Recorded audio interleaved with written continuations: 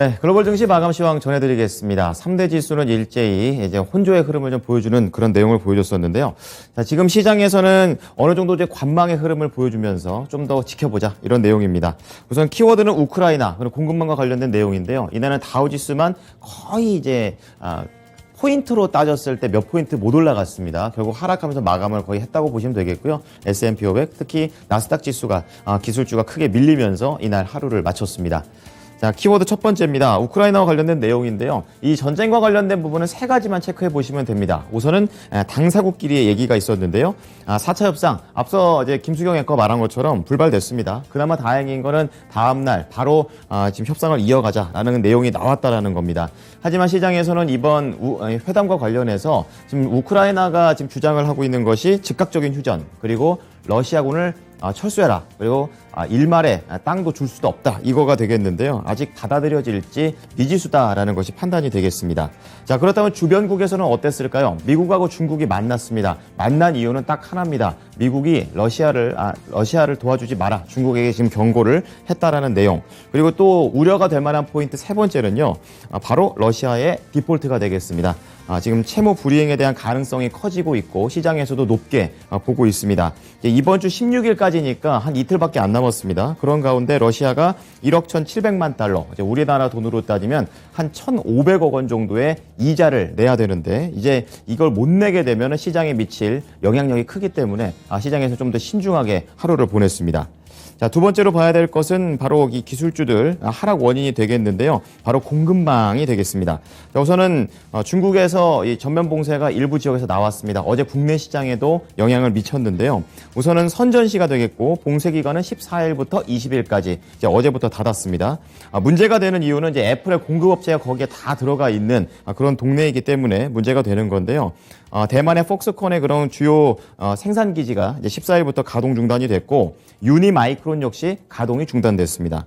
그러니까 이제 애플이 이것 때문에 좀 하락을 하게 되면서 투자 심리가 전반적으로 위축이 된 게 미국 시장이 되겠습니다. 자, 그리고 국채 금리가 2.1%를 넘겼습니다. 어제도 올랐는데 또 간밤에도 올랐습니다. 아무래도 인플레이션에 대한 우려가 커지면서 긴축에 대한 그런 걱정이 높아진 점이 계속해서 기술주를 압박했던 요인이었습니다.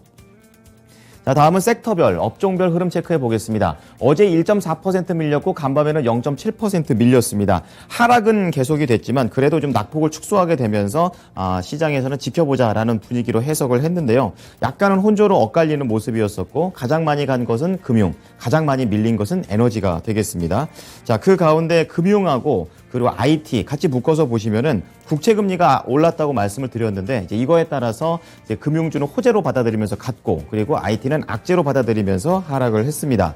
자, 거기에다가 헬스케어가 두 번째로 0.6%대 상승을 보였는데 지금 중국에서 봉쇄 움직임이 있었죠. 이러한 부분에 따라서 다시 한번 코로나 백신 그리고 치료제 이런 것들이 재부각을 받았습니다. 관련 종목들이 오르면서 업종을 끌어올렸고요. 에너지 쪽에서는 유가가 급락을 했습니다. 아무래도 러시아하고 우크라이나가 좀 화해할 분위기가 좀 더 지금 짚어지게 되면서 유가가 떨어졌고 유가 관련된 종목들이 가장 많이 밀렸습니다. 2.8% 하락했네요.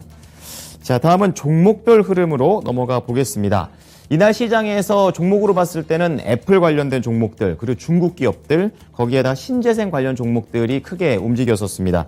우선 공급망하고 원자재라는 주제로 체크를 해보게 되면요. 그야말로 겹악재였습니다. 긴축에다가 그리고 공급망까지 합쳐진 거고 대표적인 종목으로는 애플 보시면 되겠습니다.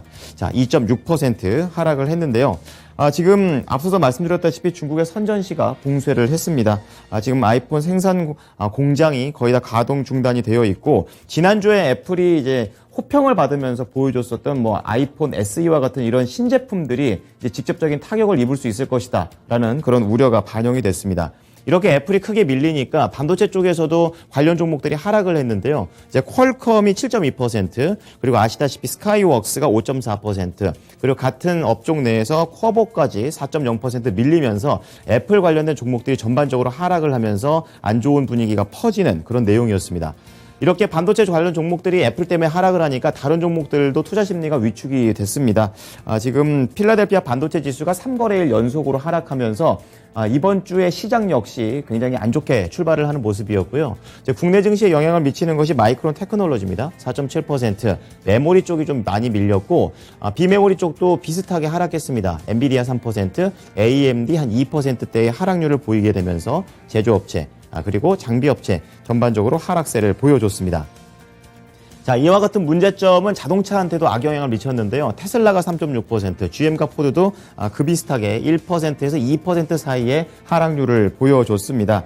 차량용 반도체 부족에 대한 장기화가 계속해서 나오고 있다는 점, 거기에다가 최근에 이 원자재 가격이 급등을 했죠. 이제 그렇게 되면서 뭐 니켈이라든지 자동차 배터리 만드는 주요 원료가 올라갔다라는 점도 지금 시장에서 부담을 느끼고 있는 그런 재료가 되고 있습니다. 자, 그런 가운데 테슬라 CEO가 상당한 인플레이션에 직면했다라는 그런 인터뷰를 하게 되면서 걱정을 키웠습니다. 그래서 가장 많이 밀렸고요. 거기에다가 포드 같은 경우에는 비용이 이렇게 배터리 만드는데 돈이 많이 드니까 지금 비용 증가로 인해서 목표 주가를 하향 조정 당했습니다. 그러면서 1.8% 하락을 했습니다.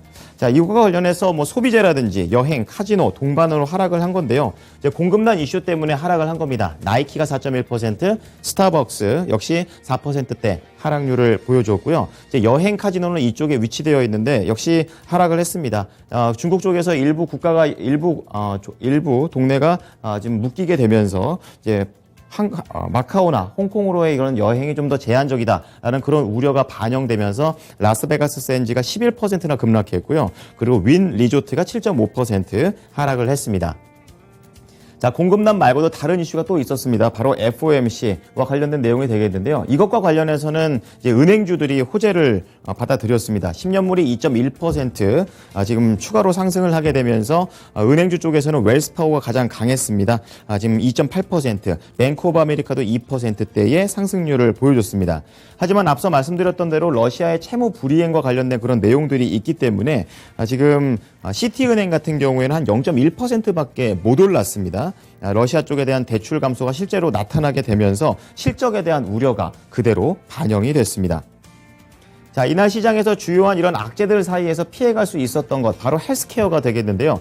지금 어제부터 계속 좋은 모습을 보여주고 있습니다. 중국이 봉쇄됐고 지금 유럽 쪽에서는 쉬쉬하고는 있지만 코로나가 다시 한번 재확산되고 있는 움직임이 포착이 됐습니다. 자, 그렇게 되면서 지금 백신 관련된 종목들이 강하게 상승을 한 것이고요. 파이자가 3.9%, 그리고 모더나가 8.5%, 상대적으로 작아서 더 강하게 올라갔습니다. 자, 마지막으로 유가 보겠습니다. 지금 유가가 다시 한번 이제 급락을 하게 되면서 유가 급등으로 인해서 지금 이익을 봤던 게 바로 신재생 에너지입니다. 그 가운데 지금 태양광이 이날은 좀 하락을 하는 모습이 나왔습니다. 유가가 떨어지니까 유가 관련 종목들 전반적으로 크기와 상관없이 밀렸고요. 태양광 쪽에서는 솔라엣지가 4.8%, 그리고 퍼스트 솔라가 4.5% 크게 하락했습니다. 자, 특징주 보겠습니다.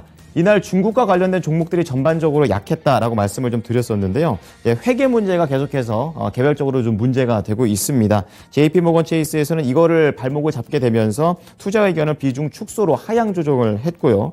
거기에다가 이 중국의 선전시가 계속해서 이 봉쇄가 되게 되면서 공급난 우려까지 부각됐습니다. 지금 알리바바가 10% 이상 밀리면서 최근에도 계속 지지부진한 움직임을 보여주고 있지만 그 가운데 더 추가적인 하락세가 나오면서 77달러 선에서 거래를 마쳤고요. 진둥닷컴이 10%, 그리고 바이두가 8%씩 역시 동반 하락했습니다. 자, 유가 관련해서는 중소형 종목으로 좀 체크해 보겠습니다. 옥시덴탈, 페트롤륨이 되겠는데요. 유가가 좀 빠르게 좀 진정이 되고 있는 겁니다. 급락은 하고 있지만 성격이 지금 진정된다는 내용에 따라서 하락을 한 것이고요. 모건 스탠리 쪽에서도 비중을 확대하자는 내용에서 중립으로 하향 조정했습니다. 이유는 최근에 성과가 높아서 이렇게 비중을 확대시켰지만 실적 대비해서는 고평가다. 결국에 이제는 밸류에이션에 대한 문제가 나오면서 목표가 52달러로 좀 내린 상태이고요. 이런 종목은 4.1% 하락하면서 최근에 상승해서 약간은 주춤하는 모습입니다. 55달러에 거래를 마쳤습니다. 자, 유럽 증시 체크해 보겠습니다. 유럽은 이제 휴전 협상에 대한 그런 기대감이 좀 강하게 들어왔다고 보시면 되겠는데요. 지금 독일 닥스, 프랑스 깍그 지수가 1, 2%씩 올라갔고 영국이 상당히 좀 견조한 움직임을 보입니다. 이 위에 있는 두 증시가 급등할 때는 상당히 좀 적게 올라가고 또 급락할 때는 또 크게 밀리지 않는 그런 움직임을 계속해서 보여주고 있습니다. 탈퇴를 해서 그런 영향을 좀 받는 것도 있는 것 같은데요. 0.5% 이날 제한적인 상승 흐름을 유지를 했습니다. 자, 업종별로 봤을 때는 폭스바겐이 영업이익이 증가가 되면서 급등을 했고요. 자동차 주가가 이날 유럽 증시에서는 가장 강하게 나왔습니다. 자, 상품 시장 체크해 보겠습니다.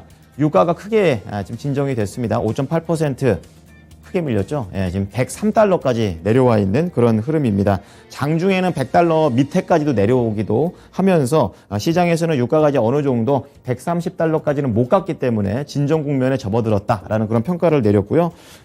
국제 구리 역시 전쟁에 대한 우려가 좀 줄어들게 되면서 10,000달러를 하회했습니다. 자, 그리고 국제 금값은 역시 FOMC를 기다리면서 긴축에 대한 우려가 결국 이자 부담으로 가게 되고 금한테는 악재가 되죠. 이제 그러면서 2,000달러 밑으로 내려왔고요.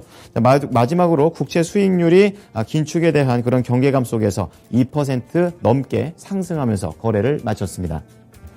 자, 미국 현지 연결해 보겠습니다. SH인베스트먼트 김선영 연구원입니다. 연구원님, 안녕하십니까? 예, 안녕하십니까? 네. 자, 전강 후약의 패턴을 보였던 뉴욕 증시가 되겠습니다. 기술주가 약했었는데요. 어떠한 재료들이 있었습니까? 예, 오늘 뉴욕 증시는 IT 업종의 약세 속에 나스닥 지수가 2% 넘는 급락세를 보이는 등 약 9억권에서 거래를 마쳤습니다. 러시아와 우크라이나 간 휴전 협상이 진전을 보이지 않는 데다 중국의 선전시가 코로나19 재확산으로 인해 전면 봉쇄에 들어가면서 세계 공급망 차질에 대한 우려가 높아지고 러시아의 채무 불이행이 가시화되는 등 여러 악재가 겹친 하루였습니다. 여기에 내일 시작돼 16일 결과가 발표되는 연방준비제도의 정례 회의를 앞둔 경계 심리가 높아진 점도 부담이었는데요. 금융시장은 연준이 기준금리를 25 베이시스 포인트 인상할 가능성을 92% 이상으로 점치고 있는 가운데 향후 연준의 정책 기조가 얼마나 매파적으로 변할 것인가에 시장은 촉각을 곤두세우고 있는 상황입니다. 또한 증권사 골드만삭스가 S&P 500 목표치를 한 달 만에 두 번째 하향 조정하면서 올해 수익률을 마이너스로 전망했다는 뉴스가 또 다른 악재였는데요. 골드만삭스는 우크라이나 전쟁으로 원자재 가격이 상승하는 등 글로벌 경기 악화의 영향으로 미국의 주식시장 침체가 불가피할 것이라는 전망을 내놓으면서 목표치를 하향 조정했습니다. 골드만삭스는 S&P 500의 연말 목표가를 기존의 4,900에서 4,700포인트로 하향 조정했고 결국 연초의 지수였던 4,796 대비로는 올해 마이너스를 기록할 것이라는 의미인데요. 회사 측은 경기 침체 리스크는 현 단계에서 부분적으로만 반영이 됐다면서 인플레이션 상태가 오래 지속되고 시장 예상보다 금리가 더 많이 상승할 경우 S&P 500이 3,900선으로 밀릴 것이며 또한 하방 시나리오가 지속될 경우에는 3,600까지도 밀릴 수 있다고 경고하고 있습니다. 앞서 골드만삭스는 지난달 말 S&P 500의 연말 목표가를 5,100포인트에서 4,900으로 한 차례 조정한 바 있는데요. 올 한 해 S&P 500 기업의 주당 순이익은 전년 대비 5%가 늘어난 평균 221달러로 예측을 하고 있으며 이것은 이전 전망이었던 8% 성장 226달러보다 감소한 수치입니다. 국제사회의 비난이 거세지면서 독일의 도이체뱅크가 결국 러시아의 사업을 철수한다는 소식입니다. 도이체뱅크 측은 러시아가 아닌 다국적 기업의 사업 축소를 돕고 러시아에 남아있던 사업을 점진적으로 중단키로 했다고 밝히면서 러시아에서는 어떠한 새로운 사업도 하지 않겠다고 덧붙였는데요. 전일 도이체뱅크는 직원들에게 보낸 이메일을 통해 러시아 사업을 중단하지 않았던 이유는 회사의 가치와 맞지 않았기 때문이며 하루아침에 러시아를 떠날 수 없는 고객들을 보유하고 있기 때문이라고 밝힌 바 있었습니다. 하지만 투자자들을 중심으로 도이체뱅크의 이러한 방침이 국제 경제계와 마찰을 빚고 서방 세계의 반발을 일으킨다는 비판이 커진 데다 국제사회로부터 러시아 사업 중단 요구가 잇따르자 결국 사업 철수를 결정했다는 분석인데요. 도이체뱅크는 현재 러시아에서 약 1,500명의 직원을 둔 기술센터를 운영하고 있으며 지난해 12월에는 모스크바에 신규 지점을 설치한 바 있었습니다. 네, 천연가스가 끊길까봐 독일이 굉장히 눈치를 보고 있는 부분까지 체크를 해봤습니다. 자, 이어서 종목으로 넘어가 볼 텐데요. 지금 중국의 일부 지역이 문을 걸어 잠궜습니다. 바로 코로나 때문에 그런 내용이 나오고 있는데 지금 직격탄을 받고 있는 게 애플이라는 그런 시장의 얘기가 있습니다. 조금 더 자세하게 들려주시죠. 예, 그렇습니다. 오미크론 확산 방지를 위해 중국 광동성 선전지방정부의 도시 봉쇄령에 따라 애플의 아이폰 최대 생산 기지인 팍스콘의 공장 역시 멈췄다는 소식으로 신제품 출시에 악영향을 받을 것이라는 우려가 커지면서 오늘 애플의 주가가 2.6%가 하락해 150달러 62센트의 거래를 마쳤습니다. 중국 일선 도시 중 코로나19 확산세로 봉쇄가 결정된 것은 이번이 처음으로 인구 1,700만 명의 선전시는 중국 최대 인터넷 기업 텐센트, 통신장비 업체 화웨이 등 첨단 IT 기업들이 상주하고 있는 중국의 기술 허브라고 불리우는 대로 선전시에서 지난 12일에는 66명, 13일에는 86명 등의 신규 확진자가 발생했고 방역 당국은 이 같은 확진자 수 급증에 따라 주민들에게 외출 금지령을 내리고 도시 봉쇄를 시행한 겁니다. 봉쇄 조치는 14일부터 오는 20일까지며 봉쇄 기간 식품이나 연료 등 필수품을 제공하는 기업을 제외한 모든 기업과 기관은 재택근무를 해야 합니다. 한편 팍스콘은 선전 공장 생산 중단에 따른 피해를 최소화하고자 물량을 서둘러 다른 공장으로 이관할 계획이라면서도 공장의 재가동 시기는 언급하지 않고 정부의 통지에 따라 가동 시점을 결정할 것이라고 덧붙이고 있는데요. 로이터 통신은 폭스콘과 자회사들의 선전 공장 운영 중단은 이번 주 초까지만 이루어질 수 있다고 전하고 있습니다. 마지막으로 내일은 연방노동부의 2월 생산자 물가지수인 PPI가 발표되며 시장의 예상은 전달 대비 1% 상승이며 이어서 뉴욕 연방은행의 관할 지역 제조업 지수인 3월 엠파이어 스테이트 인덱스가 발표되고 시장의 예상은 전달보다 소폭 상승한 9를 기록할 것으로 예측을 하고 있으며 개장 전 IHS 홀딩스, GCP 어플라이드 테크놀로지, 돌 PLC, 그리고 폐정 후에는 고헬스, 스마트 시츠, 텔러리스 잉크, 페로 코퍼레이션이 지난 4분기 실적을 발표하게 됩니다. 네, 지금까지 SH인베스트먼트 김선영 연구원이었습니다. 연구원님, 잘 들었습니다. 예, 감사합니다. 네.